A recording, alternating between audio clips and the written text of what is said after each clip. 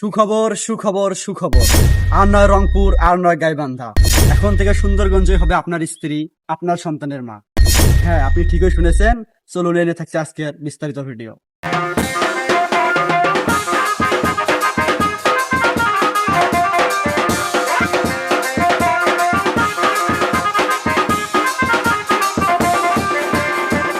এখন গাইবান্ধা রংপুর যাওয়ার দিন শেষ। এখন আমাদের সুন্দরগঞ্জেই হচ্ছে এক বিশাল বড় ক্লিনিক। শুরুতেই লোকেশনটা শেয়ার করে, এটা হচ্ছে আমাদের সুন্দরগঞ্জ থানার পশ্চিম দিকে পশ্চিম বাইপাস রোডে পল্লী বিদ্যুতের সাথেই নির্মিত হচ্ছে এই বিশাল ভবন।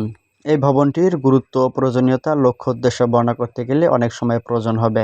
আমাদের সুন্দরগঞ্জ এবং এর আশেপাশের লোকেরা অসুস্থ হলে আমাদেরকে রংপুর অথবা গাইবান্ধায় যেতে হয়, কিন্তু এই ভবনটির কাজ পুরোপুরি হলে আমাদের রংপুর কিংবা গাইবান্ধা যেতে হবে না। এখানে অসুস্থদেরকে আধুনিক চিকিৎসা প্রদান করা হবে।